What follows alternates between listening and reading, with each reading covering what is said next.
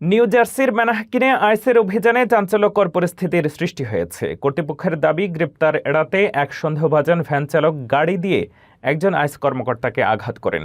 এতে কর্মকর্তা অস্ত্র থেকে গুলি ছোড়েন। আহত কর্মকর্তাকে হাসপাতালে নেওয়া হয়েছে। ঘটনার পর অভিযুক্ত পালিয়ে যায়, আর তাকে ধরতে এলাকা জুড়ে ব্যাপক তল্লাশি ও তদন্ত চালাচ্ছে আইনশৃঙ্খলা বাহিনী। নিউ জার্সির বর্তমানে থমথমে পরিস্থিতি নিয়ে বিস্তারিত আরও জানুন রিপোর্টে।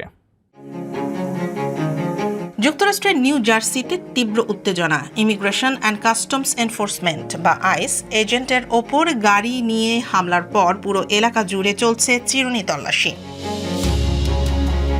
সোমবার সকাল 9:30টায় নিউ জার্সির মানাহাওয়াকিনের রুট 72 এলাকায় এই ঘটনা ঘটে। কর্তৃপক্ষ জানায়, ফ্রেডরিক কাস্তিলো অরমেনো নামের এক পেরুভিয়ান অভিবাসীকে গ্রেফতার করতে আইস এজেন্টরা তার ভ্যানটি থামানোর চেষ্টা করেন, কিন্তু অভিযুক্ত ব্যক্তি আত্মসমর্পণ না করে নিজের গাড়িটিকে অস্ত্র হিসেবে ব্যবহার করে সরাসরি এক আইস এজেন্টের ওপর উঠিয়ে দেয়।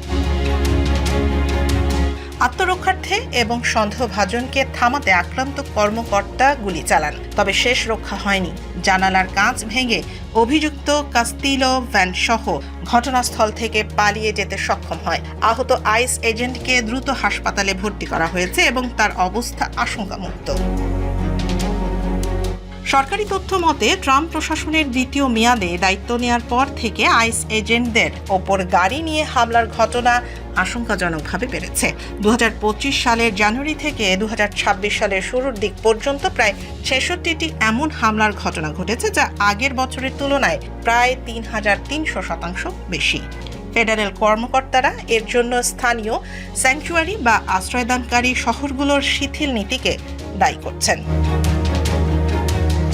বর্তমানে রুট 72 এলাকা অবরুদ্ধ করে ডজন খানেক সশস্ত্র কমান্ডো ও আইন প্রয়োগকারী সংস্থা নিখোঁজ ভ্যানটির সন্ধানে অভিযান চালাচ্ছে। নিউ জার্সি এবং এর আশেপাশের এলাকায় বসবাসরত বাংলাদেশি প্রবাসী ও গাড়ি চালকদের অত্যন্ত সতর্ক থাকার পরামর্শ দেওয়া হচ্ছে।